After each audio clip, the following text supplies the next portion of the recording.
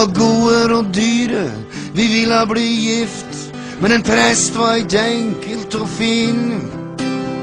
Da hørte vi noe bannskap til singla i glass, og Bjørn Eidsvåg kom ramlende inn. Halleluja! Og jeg svaret ja, og Cindy sa yes, og snart lå vi der godt begge to. Jeg fortalte om Åmot og Ulvang og Sputnik, hun sa at Norge er landet mitt nå. Det er min dag i dag, herregud for en herlig dag. Det er min dag i dag. Det er min dag i dag, herregud for en herlig dag. Det er min dag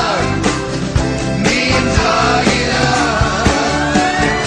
Ja, det er min dag i dag, herregud for.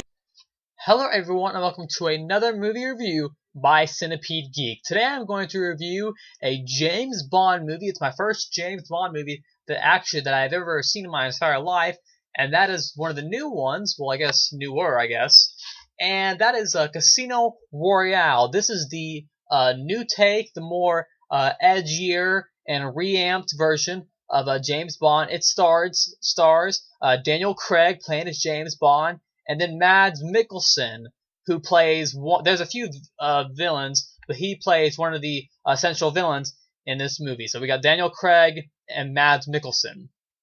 And like I said, my first time seeing a James Bond movie, and the initial plot of this movie, there's kind of a lot of things going on, but the main thing is we have James Bond, and of course he's a secret agent that goes out and assassinates people. Of course, you guys know the story. He meets women, that kind of thing.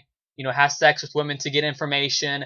And there's a big game of poker that is going on. And there's a man at this poker game that he actually has to kill or take out. So he goes and bets, I think, like $4.5 million. He goes and bets a lot of money, saying that he can beat Mads Mikkelsen's character at a game of poker. And in this time, a lot of other things happen, and he pretty much has to take out Mads Mikkelsen's character in the movie Casino Royale. That's pretty much the plot of this James Bond movie. Now, I'm going to be completely honest with you guys in my review. The first hour and a half of this movie is extremely mundane. Here's what happens. We have the first 20 minutes of the opening scene is just a huge chase scene. That's all there is. It's the huge chase scene. Daniel Craig is chasing after some guy in Uganda or Madagascar, I believe.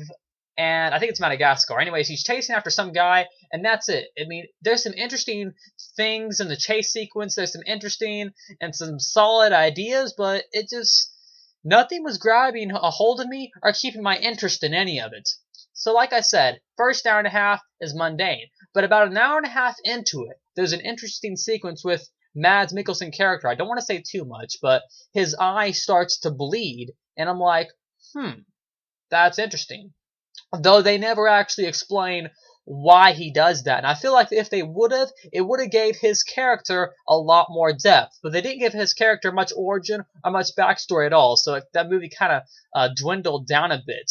Now, I know critically this movie is extremely favored on RottenTomatoes.com. I believe it has like a 90% or above in the rank somewhere. So critically, it's loved by a lot of people. Now, like I said, the scene that I liked a lot, I don't want to give too much away, but this is the scene where James Bond has his drink spiked with some kind of poison in it, and he starts to go off into cardiac arrest, and he has to hook up these shock things to his chest.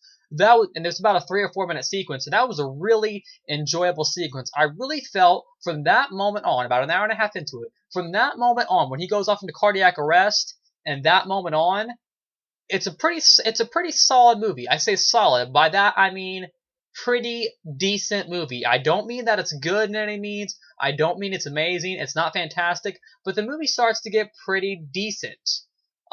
There's another scene towards the end between him and another character that I really enjoyed. It's like the last 10 minutes of the movie. And that was a really solid scene also. Though I felt the ending was very underwhelming in the action-wise. I know they were trying to go for a more darker and edgier take, but I felt action-wise, the ending was little underwhelming.